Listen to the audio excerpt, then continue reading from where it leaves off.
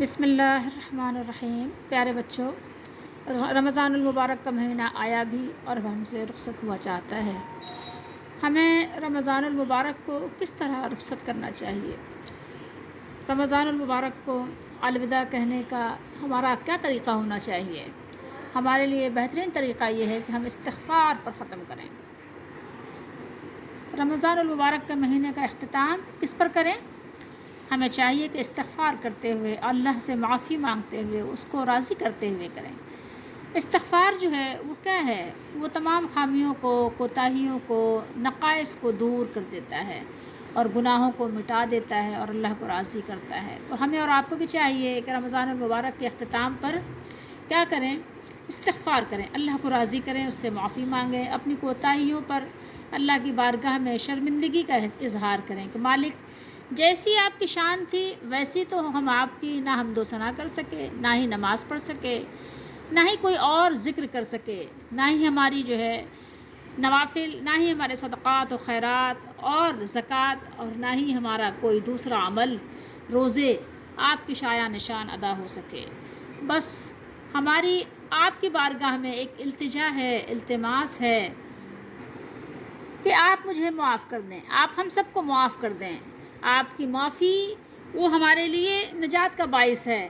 آپ معاف کر دیں، ہمارے پاس کچھ اور نہیں کہ ہم آپ کی بارگاہ میں، آپ کے جناب میں پیش کر سکیں۔ بس ہمارے پاس صرف یہ ہے کہ ہم آپ سے استغفار کرتے ہیں اور آپ سے معافی طلب کرتے ہیں۔ آپ ہمیں معاف کر دیجئے اور ہم پر رحم کیجئے اور ہماری یہ ٹوٹی پھوٹی کوششوں کو قبول کر لیجئے۔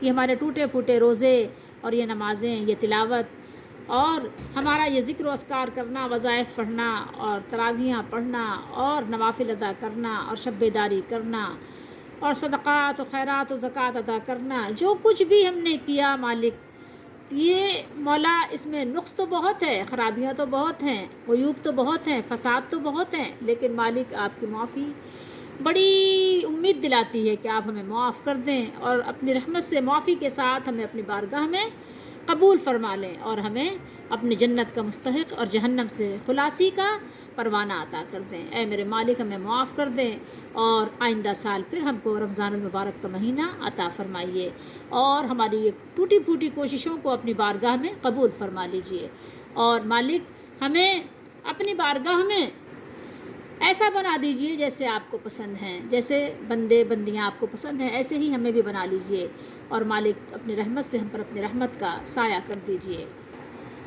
اور خوب خوب دعاؤں کی کثرت کریں کہ اللہ تعالیٰ ہماری دعاؤں کو قبول فرما کر ہمیں جو ہے اللہ تعالیٰ توفیق دے کہ ہم لا الہ الا اللہ اور محمد رسول اللہ کو سمجھنے والے ہو جائیں، ہم ایمان باللہ اور کفر بالطاغوت کو سمجھنے والے ہو جائیں، ایمان باللہ بھی ہمارا ہو اور کفر بالطاغوت بھی ساتھ ساتھ ہو۔ اللہ تعالیٰ ہم سب کا حامی و ناصر و مددگار ہو، ہماری دستگیری فرمائے، ہمارے ایمان کی حفاظت فرمائے۔ وما علینا الا البلاغ۔